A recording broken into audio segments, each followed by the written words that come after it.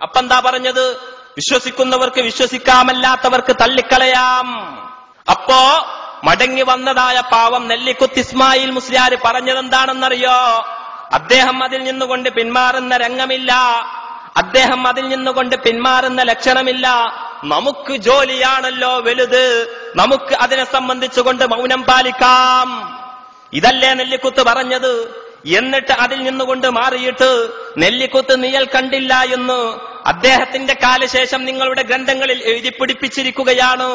ഇതാണ് നിങ്ങൾ മരണപ്പെട്ടു പോയ ആളുകളുടെ മേലൊക്കെ പച്ചപ്പൊള്ള് അടിച്ചേൽപ്പിക്കുകയാ.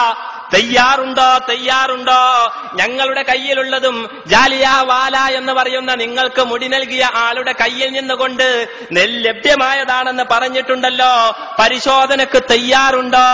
തിരുകേശത്തിൽ ഈച്ച, ഉറുമ്പ്, തേൻ തുടങ്ങിയ ജീവികൾ കയറുന്നതല്ല. നബി സല്ലല്ലാഹു അലൈഹി വസല്ലമ തങ്ങളുടെ വിശുദ്ധ ശരീരത്തിന്റെ ഭാഗമായ തിരുകേശത്തിന് നിരവധി സവിശേഷതകൾ ഉണ്ട്. അമ്പിയാക്കളുടെ ശരീരം ഇഹപരലോകങ്ങളിൽ അഗ്നിക്കിരയാകുകയില്ല. നബി സല്ലല്ലാഹു അലൈഹി വസല്ലമയുടെ ശരീരം പ്രകാശമായതിനാൽ അതിന്റെ ഒരു ഭാഗത്ത് മാത്രം പ്രകാശം പതിയുന്ന കാരണത്താൽ മറുഭാഗത്ത് പ്രത്യക്ഷപ്പെടുന്ന നിഴൽ എന്ന ഇരുട്ട് ഉണ്ടാവുകയില്ല. എല്ലാ ഭാഗവും പ്രകാശിക്കുന്ന വസ്തുക്കൾക്കും 4 ഭാഗത്തു നിന്നും പ്രകാശം പതിക്കുന്ന വസ്തുക്കൾക്കും നിഴലില്ലാത്ത പ്രകാശമാണിത്. തിരുകേശത്തിൽ ഈച്ച, ഉറുമ്പ്, പേൻ തുടങ്ങിയ ജീവികൾ കയറുകയില്ല. അപ്രകാരം തന്നെ തിരുകേശം അഗ്നിക്കിരയാവുകയോ അതിൽ നിഴൽ തെളിയിക്കുകയോ അതിൽ ഈച്ച, ഉറുമ്പ് മുതലായവ പ്രവേശിക്കുകയോ ചെയ്യുന്നതല്ല. സീറത്തുൽ ഹലബിയ വാള്യം 3 പേജ് 381 വായിക്കുന്നത് തിരുകേശം മഹത്വം വർത്തമാനമെന്ന ഇയാസുന്ന പബ്ലിക്കേഷൻ മർക്കസ് ശരീഅത്ത് കോളേജിലെ വിദ്യാർത്ഥികൾ പ്രസിദ്ധീകരിച്ച സാക്ഷാൽ കാന്തപുരം എ പി അബൂബക്കർ മുസ്ലിയാർ അവതാരിക എഴുതിയതായ പുസ്തകത്തിൽ നിന്നാണ്. ഞങ്ങൾ തയ്യാറാണ് ജാലിയാവാലയിൽ നിന്നുകൊണ്ട് കിട്ടിയ മുടിയെടുത്തുകൊണ്ട് അതിൽ നിഴലുണ്ടോ എന്ന് പരിശോധിക്കാൻ, അതിൽ ഈച്ച കയറുമോ എന്ന് പരിശോധിക്കാൻ, അതിൽ ഉറുമ്പരിക്കുമോ എന്ന് പരിശോധിക്കാൻ, അതിൽ പേനരിക്കുമോ എന്ന് പരിശോധിക്കാൻ, അത് അഗ്നി ഗ്രസിക്കുമോ എന്ന് പരിശോധിക്കാൻ ഞങ്ങൾ തയ്യാറാ. കാന്തപുരവും തന്റെ കയ്യിലുള്ള ശിങ്കടികളും ആ മുടി അംഗീകരിച്ചു കൊണ്ടിരിക്കുന്ന ആളുകളും തയ്യാറാണോ? ഞങ്ങൾക്ക് അതാ ചോദിക്കാനുള്ളൂ. എല്ലാ പരീക്ഷണവും നടത്തുക. അതിനു വേണ്ടി തന്നെയാ ഞങ്ങൾ കൊണ്ടുവന്നത്. ഇനി നിങ്ങൾ പറയാത്ത പല പരീക്ഷണങ്ങളും ഞങ്ങൾ അത് വ്യാജമാണ് എന്ന് ഞങ്ങൾക്ക് ഉറപ്പായത് കൊണ്ട് ഞങ്ങൾ അതിൽ നടത്തും. അതിനിവിടെ വന്നുകൊണ്ട് നൊലോച്ചിട്ടൊന്നും ഒരു കാര്യം ഉണ്ടാവില്ല. ഹസ്രജിക്ക് മുടി നൽകിയത് ഞാൻ തന്നെയാണ് എന്ന് ജാലിയാവാല പറഞ്ഞത് ഞങ്ങൾ കഴിഞ്ഞ തവണ കാണിച്ചതാണ്. അത് വീണ്ടും കാണിക്കേണ്ട ആവശ്യമില്ല. അതിനെ സംബന്ധിച്ചുകൊണ്ട് വലിയ തൊടാതെ പോവുകയും ചെയ്തു. ഇനി മറ്റൊന്നും കൂടി കേൾപ്പിച്ചു തരാം. ഞങ്ങൾക്ക് എവിടെ നിന്നാണ് മുടി കിട്ടിയത്, എവിടെ നിന്നാ യാക്കത് കിട്ടിയത്? മതി. എവിടെ നിന്നാണ് ഇയാൾക്ക് കിട്ടിയത്? ഇവിടുന്ന് വായിച്ചതായ പരമ്പരയെ പറഞ്ഞത് എന്താ?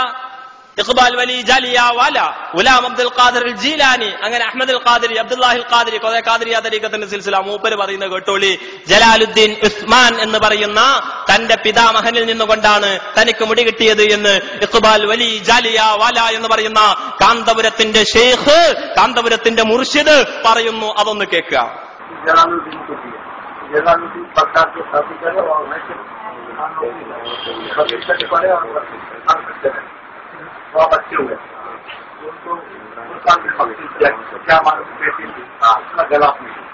അപ്പോ ആവശ്യമുള്ളത് മാത്രം ഇട്ടുള്ളൂ. നിങ്ങൾ ഇനി നിഷേധിക്കില്ല എന്നപ്പോ ഓരോന്നോരോന്ന് ഇങ്ങനെ ഇട്ടുതരാ.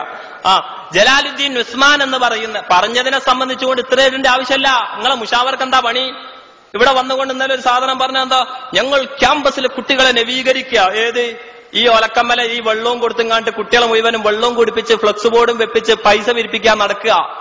എന്നിട്ട് ഓല് പറയാണ് SSF വേറെ പണിയുണ്ട്, SYS വേറെ പണിയുണ്ട്, നിങ്ങളെ മാതിരി ഇതുമായിട്ട് നടക്കലല്ല. അതാ മറുപടി.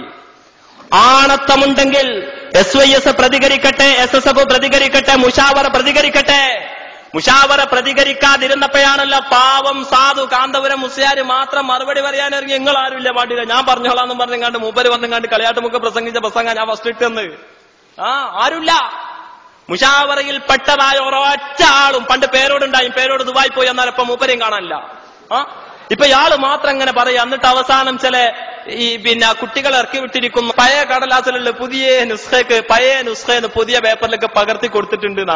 എന്താ പേപ്പർ എന്നല്ല, നിങ്ങളെ കണ്ടില്ല വിചാരിക്കണം. അതൊക്കെ ഞങ്ങൾ കണ്ടുപിടി റെഡിയാക്കി. ഈ സൗണ്ട് വേണ്ട. ആ പേപ്പർ ഒന്ന് കണ്ടോളി. ആ പഴയ പേപ്പർ മൂപ്പരെ കയ്യിൽ ആ ചുരുട്ടിപ്പിടിച്ച ശീല, അതിലൊരു അബ്ദുറഹ്മാൻ എന്ന് പറയുന്ന പേരുണ്ട്. ഇതിങ്ങനെയൊക്കെ ഇങ്ങനെ പരമ്പരാഗതമായിട്ട് കിട്ടിയതാന്ന് പറയുന്നത്. ഇതിന്റെ അപ്പുറം ഒരു സാധനം അദ്ദേഹത്തിന്റെ അടുക്കലില്ല. പിന്നീട് ഇവർ ചെയ്യാനുള്ളൊരു സാധ്യത നമ്മൾ അനുമാനിച്ചിരുന്നത് ഈ സാധനം കൊണ്ടുപോയിട്ട് മൂപ്പരെ കൊണ്ട് സമ്മതിപ്പിക്കാനുള്ള നീക്കമായിരുന്നു. അത് സത്യത്തിൽ പരാജയപ്പെടുകയും ചെയ്തിട്ടുണ്ട്. ഇരിക്കട്ടെ. അപ്പോ ഇങ്ങനത്തെ പഴയ സാധനം ഞങ്ങൾക്ക് അത് പകർത്തി തന്നിട്ടുണ്ട് എന്ന് പറയല്ലേ? പകർത്തി തന്നിട്ടുണ്ട് എന്ന് പറയുകയാണെങ്കിൽ അതങ്ങോട്ട് വായിക്കും നിങ്ങൾ. അന്ന് പഴയതും ഇതുമായി വളരെ വ്യക്തമായ അന്തരമുണ്ട്. അതാന്നേരം വായിക്കാണ്ടെന്ന്. അല്ലാതെ സാധനങ്ങൾ ഞങ്ങൾക്കൊക്കെ മെയിലിൽ കിട്ടിയതാ. ടെലിഫോൺ വിളിച്ചാൽ പറഞ്ഞു കൊടുക്കൂല, സനത് ഇപ്പൊ മെയിലിൽ കൂടി അയച്ചു കൊടുക്കും. നിങ്ങൾക്ക് വേണേ മെയിൽ ഐ ഡി എന്ന് ഞാൻ ഇങ്ങനെ പാസ് ചെയ്ത് തരുന്നുണ്ട്.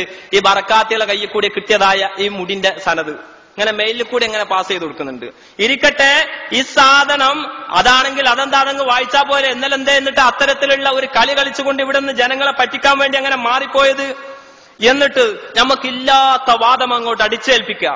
സംവാദം എന്ന് പറഞ്ഞിട്ട് വലിയ ഓറിൽ കുട്ടികളെ ബോധിപ്പിക്കാൻ വേണ്ടി കടന്നു വരൂ. എന്നിട്ട് എന്തോ ഞമ്മക്കില്ലാത്ത വാദം ഞമ്മക്കുണ്ട്, നിങ്ങൾ സമ്മതിക്കണം. നമ്മളെ വാദം ഓലാണല്ലോ പറയണ്ടേ. എന്താ വാദം? നമ്മളെ വാദം എന്താ? അതൊന്ന് ഇട്ടുകൊടുക്കി. സനത് കാണണമെന്നല്ലേ പറഞ്ഞത്? ഞാൻ അങ്ങോട്ട് വരാം. സനത് കണ്ട് ബോധ്യപ്പെട്ടാലേ സ്വീകരിക്കുന്നല്ലേ? നിങ്ങൾ സനത് കണ്ട് ബോധ്യപ്പെട്ട എവിടുത്താലും കുഴപ്പമില്ല, വെല്ലൂരിലായാലും കുഴപ്പമില്ല, സുഡാനിലായാലും കുഴപ്പമില്ല, കാശ്മീരിലായാലും കുഴപ്പമില്ല. കുട്ടികൾ സനത് കണ്ട് ബോധ്യപ്പെട്ട ഒരു തിരികേശം ഹാജരാക്കാൻ ഞങ്ങൾ വെല്ലുവിളിക്കുകയാണ്. സനത് കണ്ട് ഞമ്മക്ക് ബോധ്യം വന്നാൽ മാത്രമേ എല്ലാ തിരികേശവും സമ്മതിക്കൂ. അങ്ങനെ ആരാ വാദം ഉന്നയിച്ചു? ഞമ്മക്കില്ലാത്ത വാദം പണ്ട് മുജാഹിദുകളൊക്കെ പറയാറുണ്ടായി. മേപ്പിക്കാരെ സ്ഥിരം പരിപാടി എന്ന് പറഞ്ഞാൽ ഞമ്മക്കില്ലാത്ത വാദം കൊണ്ടുപോയി അങ്ങോട്ട് അടിച്ചേൽപ്പിച്ചിട്ട് അത് തങ്ങളെ വാദം എന്ന് സമ്മതിപ്പിക്കാറാണ് പതിവ്. അതാപ്പം നടക്കുന്നത്. അനുഭവമാണല്ലോ ഏറ്റവും വലിയ ഗുരു. നമുക്ക് മനസ്സിലായി ഇവരുടെ വാദഗതി അത് തന്നെയാണ് എന്ന്. ചേളാരിക്കാര് സനത് കണ്ട് ബോധ്യപ്പെട്ടാൽ മാത്രമേ തിരുശേഷത്തിന് അംഗീകരിക്കാൻ പറ്റുള്ളൂ, അല്ലാത്തതൊക്കെ വ്യാജമാണ്, അത് മാത്രമാണ് അസലുള്ളത് എന്ന് ആരാ വാദം ഉന്നയിച്ചത്? എന്നിട്ട് തൃശ്ശൂർ വെച്ചുകൊണ്ട് സംവാദം ഉണ്ടാക്കുവാൻ വേണ്ടി കടന്നു വന്നു. ആ തൃശ്ശൂർ സംവാദ വ്യവസ്ഥകൾ ഉണ്ടാക്കുവാൻ വേണ്ടി കടന്നു വന്ന് അതിൽ നിന്നുകൊണ്ട് അവസാനം ആ വ്യവസ്ഥകൾ ഉണ്ടാക്കുവാൻ വേണ്ടി കടന്നു വന്നിട്ട് അവസാനം അതിൽ നിന്നുകൊണ്ട് രക്ഷപ്പെടുവാൻ കാണിച്ചതായ കുതന്ത്രങ്ങളിലേക്ക് നിങ്ങളുടെ ശ്രദ്ധ ക്ഷണിക്കാം. ആ എഗ്രിമെന്റിൽ വളരെ വ്യക്തമായി കൊണ്ട് പറഞ്ഞത് എന്താണെന്നറിയോ? SSFകാർ